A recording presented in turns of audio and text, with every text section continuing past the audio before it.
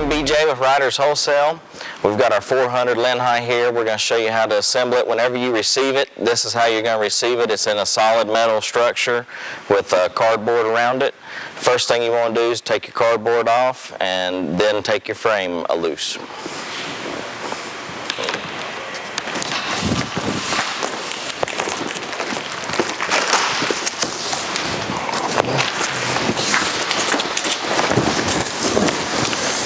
Do after you get the cardboard off of the crate is just simply unbolt it. All you need is a 14 socket ratchet and a 14 wrench. Take all the bolts out of the frame.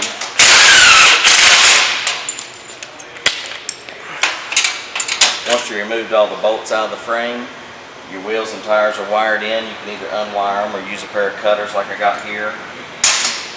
Loosen all that, and all your plastic here, take a knife, cut it and unwrap everything and get everything out in the open to where you can get to it. The frame.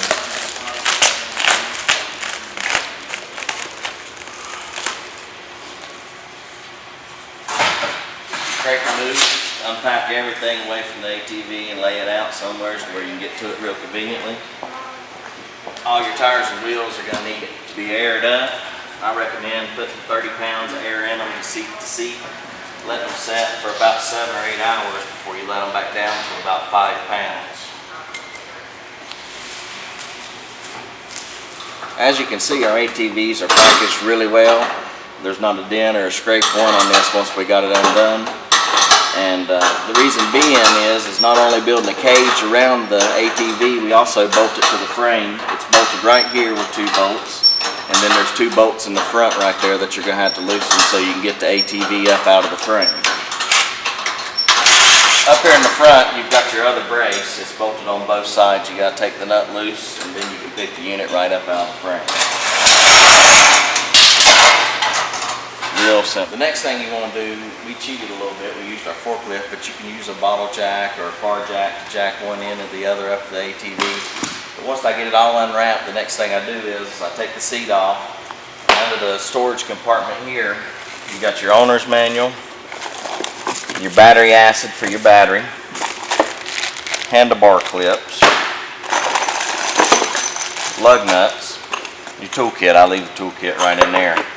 After you get all that out, get you a table or somewhere, line it all up to where you know what you got, what you're reaching for. The next thing we do after this is we assemble the battery. I'm going to show you that in a second. This right here is all the nuts and bolts that it takes to assemble your ATV.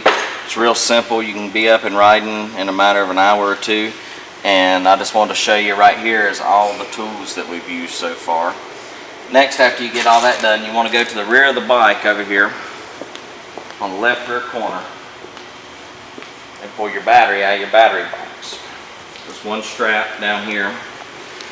Just loosen your strap. Tilt your battery backwards. The battery comes right out. It does not have no acid in it. So what I recommend is like what I got over here. I got a table that I go over to. Make sure you set this on some cardboard or something too if you spill some battery acid. You got 2 layers of plastic. Make sure none spills on your bike and shipping. On the top of your acid pack, just get you a little screwdriver or something. Punch a little hole right there to where your acid will flow out. And put your red piece right on here just like that. Make sure you get that piece down on your acid really good to where it don't fly off. If you barely get that piece on there, it flies off and it tends to make a great big mess and fill in the battery. You just put it in like that. Just take your time, squeeze the acid. I fill them up to the low level right here and get acid to come all the way up. Then after I get each one filled up, I go back and retop each one off. You get all your acid in the battery, just go ahead and wipe the top off. Leave your plugs out.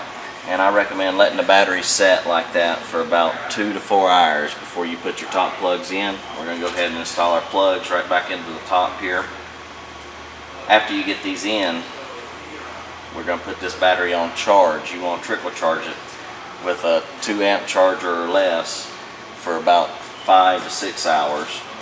And then after you get done charging it, you want to let it set for about 4 to 5 hours, and then you'll be ready to put it in your machine. Or I recommend maybe just letting it set overnight. And if you go through all those steps and properly assemble this battery the way that it's supposed to be assembled, it'll last for a really long time and you'll get good life out of it. If you don't, it probably won't last very long at all.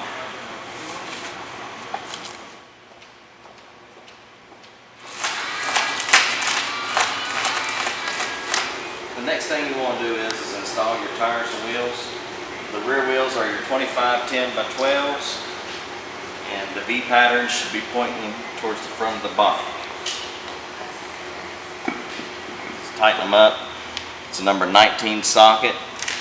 If you have a torque wrench, the torque setting on this should be 85 foot-pounds on each one. You want to go through and check them to make sure you get them good and tight. Your 25 8 by 12s is what goes on the front. Always take your lug nuts and start them by hand before you try to tighten them. That way you make sure you don't strip out a stud or anything like that.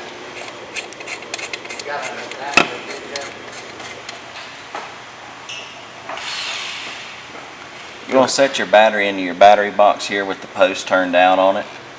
Your red wire goes to positive, your black wire goes to negative. Just put your bolts right in and take a Phillips screwdriver, lean your battery out, tighten them up. Tighten them up. You want to put your cover back over. It fits right over the cables. Put it over and lean your battery up in there. On this side, there's a drain tube that comes with your battery. You want to hook it up. It's a breather tube. And put a tie strap on it down here on the bottom to where any battery acid just runs right out on the ground if it happens to overcharge or anything. Then the last thing you want to do is install your strap to hold your battery in. It just hooks right up there. Hooks right down here. That should keep your battery held into your machine. And that's how to properly assemble a battery. Your next step is assembling your handlebars. You might need a little bit of help with this. It's a little tricky. These right here are your handlebar clamps. What you want to do is put 2 of these to your mount right here up under your handlebar. And then you want to put these right here on top of your handlebar. And go ahead and run your bolts through your mount right here for your electronic dash. And then you just slide them in all the way through the handlebar there.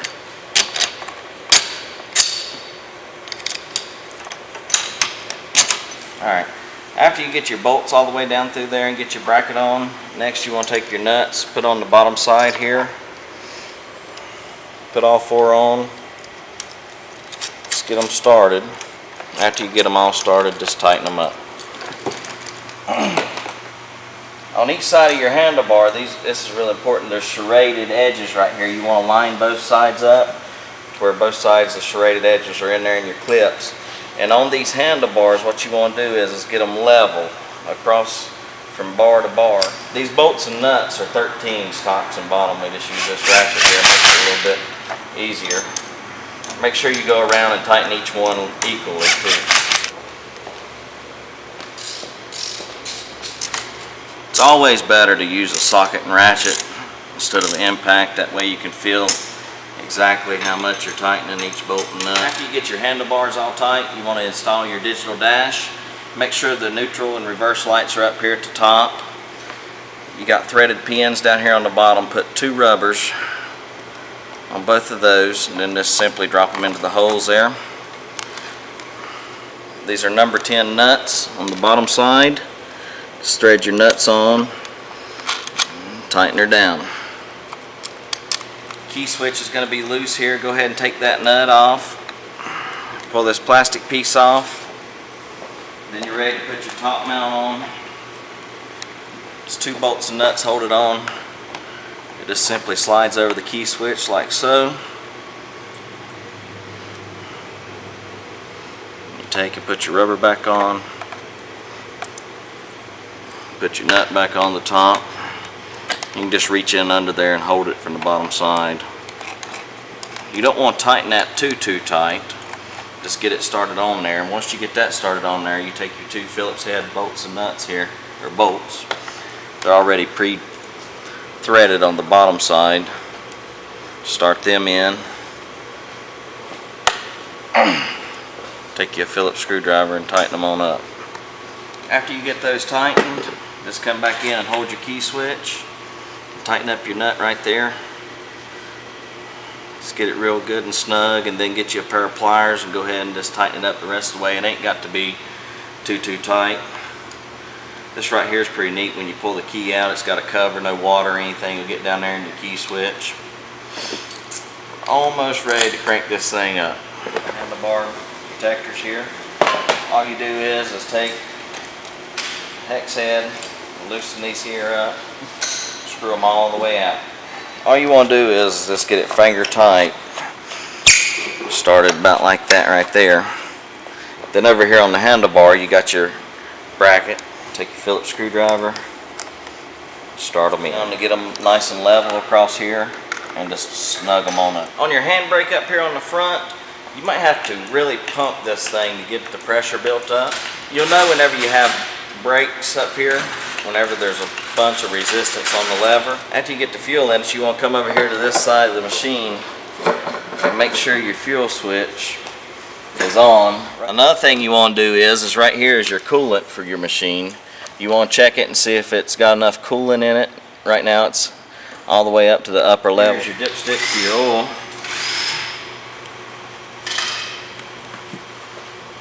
Just screw it out. And this has got shipping oil in it too. A lot of people like to change this oil. There's a drain plug right on the bottom of the motor. If you want to change it before you run it, I kind of recommend that. A lot of times we crank them up and we'll run them for a few minutes, make sure they're full of oil to where the oil runs out hot and gets it all out too. Right down here is your differential checker. It's just a dipstick that screws out, and it's just like your oil. Wipe it.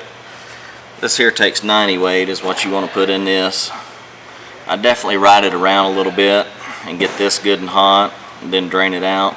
Make sure you get it all out before you put your other back in. You checked it. What you do is turn your switch on here.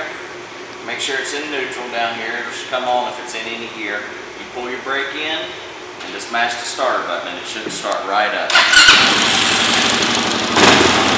It's a little cold out, you might have to use a choke. I basically recommend starting it up and letting it run for about 10-15 minutes before you go out and ride. Then you're ready to go out and ride on the trail.